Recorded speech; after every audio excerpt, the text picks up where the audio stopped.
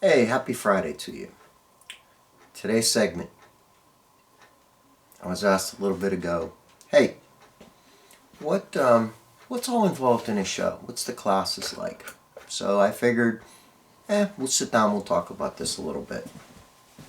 Okay, the very first class, generally speaking, would be your box stock category.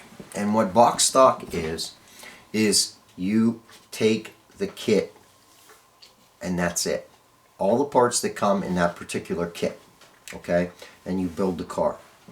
Here's an example, okay? This is Mobius's Chrysler. And you're not allowed to add anything to this except for, it can be any kit, but no aftermarket parts. No distributor wires, etc., unless they come in the kit. And I'll touch back on that in a minute or so. Okay? So, you're allowed to use bare metal foil and decals, and a lot of times flocking to do your carpeting. Other than that, it all has to come out of the kit. Now, one thing that I learned early on is if you're building such car, it doesn't hurt to weather it a little bit too. Brings out the detail. Detail painting helps out tremendously. As you can see, details done up in the battery, your decal motors, the weather, a little bit of chalk dust, various shades of weathering, and this is what you end up with. Now I'll go back to the point where I said we'll touch on it. Some kids, some guys, when they build these, they go and find the kit that already has the wires and everything else in it, which kind of defeats the purpose, but it stays within. It is a box stock kit. Whatever comes in that particular kit, that is what you deal with. And then, naturally, you got your exhaust weathered, you got a little bit of weathering done on the frame. No, I did not glue the wheels. So, they are turnable, okay? Now, this particular interior is three-toned. So your most important aspect, you build clean on this, okay? Try to get as much detail as you possibly can. As you can see on the interior, it is three-toned. It's black, it is turquoise, and it is white, okay? And it's a nice, this is a very, very nice kit. Mobius did a good job on this kit.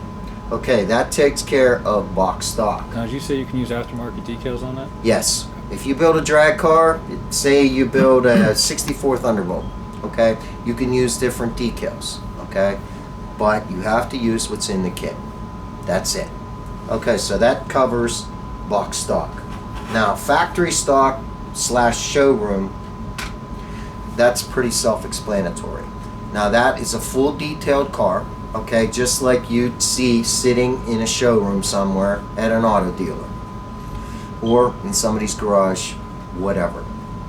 No mag wheels, whatever that car looked like, the real deal, the one-to-one, the way it came from the factory. Okay, so that takes care of factory stock. So next up is the slammer. Now, what a slammer is, it's basically a body, a set of wheels and tires, blacked out glass, no frame. Okay? So, what I did, I added the pipes, I added a parachute, I added the wheelie bars, and I added the parachute lines. Naturally got the little blower in there. Now, this kit, or this particular class, I apologize, paint's gonna rule the day. Okay, so you have to put your best foot forward with the paint job on these cars. Now, it could be anything. Now, I've done these cars as you can see, a funny car. I've done it as a one-to-one Grumpy's toy. Black out the glass, put the big tires and wheels underneath of it. You got to come up with an aesthetically pleasing scheme to the eye. You have to have something that's going to grab the judge's eyeballs on any of your cars. Your color is predominantly the most important thing, because if it grabs their eyes, if your paintwork is spot on, then it pulls them in. Now they're looking at all the detail that you put into them too. I actually did one of these as a 56 Nomad, a Revel 56 Nomad. I did it in Snyder's Passion, which is a shade of pink with pearl on it, and blacked out the windows, did all the chrome. You want to pull them in. It's not a tough class to build, but you have to use your noggin, and it has to be just so. Like I said, paint is always important, but especially on a slammer. Now, a class that's akin to it would be Curbside. Now, what a Curbside is considered is a car that's sitting in somebody's driveway, in a parking lot, in a showroom, in their garage, sitting out there at the drag strip, whatever. Now, Kathy built this. This is the Revel Kit. Now, the hood's down. You don't see the motor. Now, there are some shows, I don't agree with them, where basically what it is, it's a combination of these two. So you're not supposed to have a motor in this. You're not supposed to have exhaust detail on it. Makes no sense to me. Because if it's a Curbside, alright, you're walking past this car, you bend down, you look, it's got exhaust on it, it's got a motor in it, it's got everything that it's supposed to have. It's just sitting there with the hood on it. But this is Curbside. Okay? Fully done interior, everything's built on it. The only thing that she did on this differently, she glued the hood down, which is a requirement. Okay, so let's go with Street Rod class.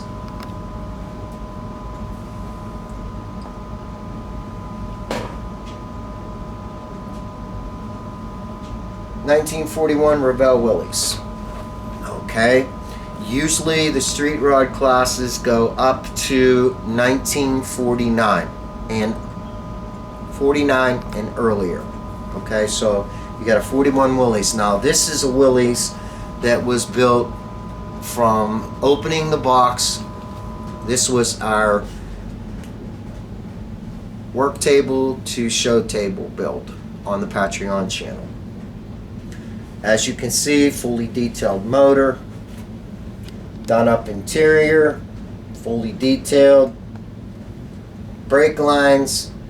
Actually, the wheels and tires, or the wheels came from JDS Racing, which is Joey Cardosa's company. They are aluminum Kragers. This is the Street Rod class. Now, let's graduate. A lot of shows have two classes of this. They'll go from 1949 till 1969. This is Street Machine class. Again, fully detailed. Paint's got to be spot on, always spot on, no matter what. You're trying to go for the realistic appearance. So, once again, ran this through. All said and done, nice clean build, nice kit in actuality. Brake lines, exhaust, the whole 9 yards. Alright, that's early Street Machine. So the only difference between those two is the years. The years. That still constitutes the difference. The years, that's what constitutes the difference, correct. Now, another category, and it kind of goes along the lines, same kit. Once again, this was one of the Patreon kits, or Patreon builds, I should say. This is the same. This is the Revel 57 Ford wagon, and we just beat the living hell out of it. This is the weathered class. Okay? Again, full detail, whole 9 yards. She's seen her better days. This is something that, this was a year-long project, Jake? It was a year-long project. But in the end, once again, you're shooting for a realistic appearance, and I think we got it. So, next class.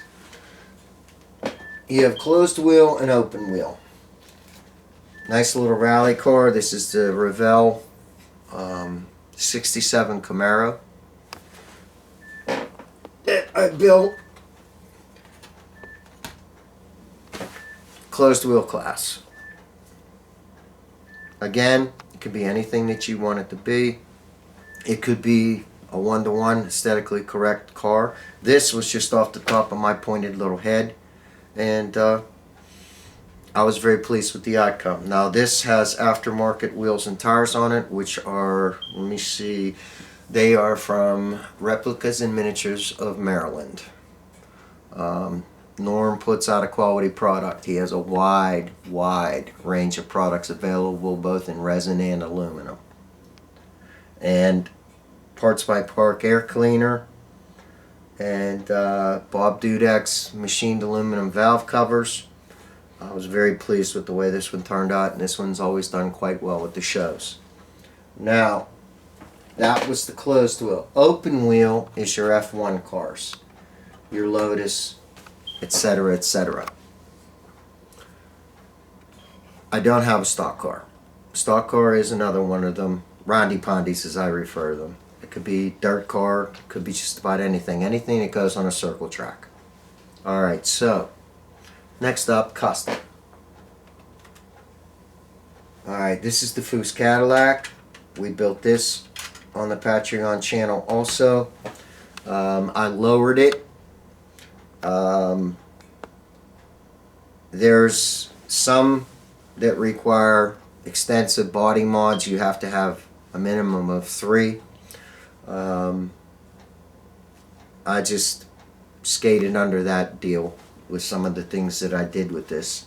I basically left the body alone, but I did do some alterations and whatnot, and I was very pleased with this. So once again, custom class, you have to hit it out of the ballpark with your paint finish and your detail work. I mean, this should be a given throughout all your classes. But like I said, a lot of the early AMT kits, they came with a plethora of custom parts. Some of it doesn't really wind my watch, but beauty's in the eyes of the beholder. Alright, so yes, we come to the drag class.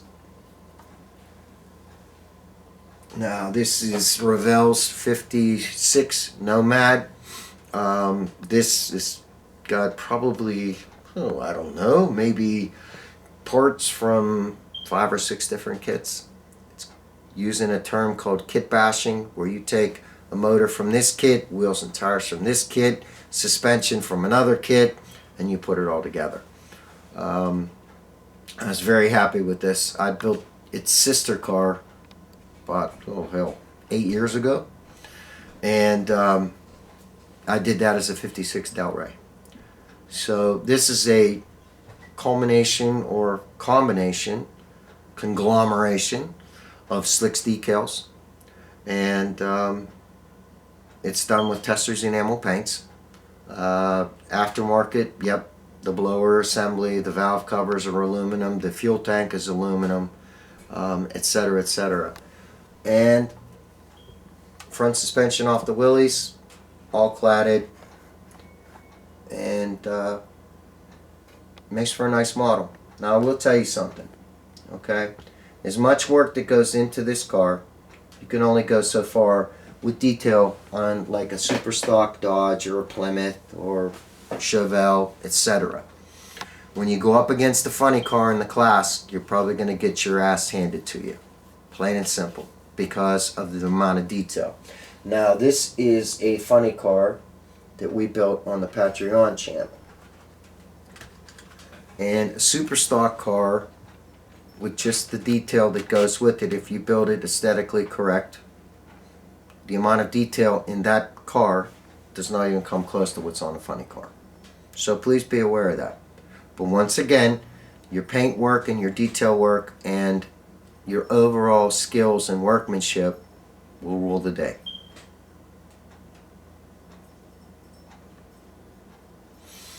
Now there's another class that goes along the lines of somewhere sitting in between factory stock, box stock. It's called replica stock.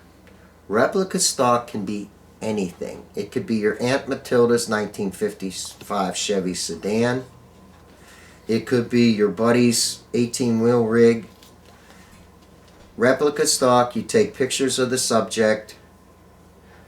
You have it in a little booklet. You have a description sitting there. It could be anything on the planet, as long as it represents a real vehicle. Tough class sometimes, some really wild subjects, but well worthwhile. So, this, I think, explains a little bit about the shows. The shows, you can learn quite a bit. You can also pick up a plethora of different kits, parts, tools, but probably the most important thing is the camaraderie and the education you get. For the most part, the shows are run well. They're fair. Best thing to do when you go to these shows is approach them with an open mind.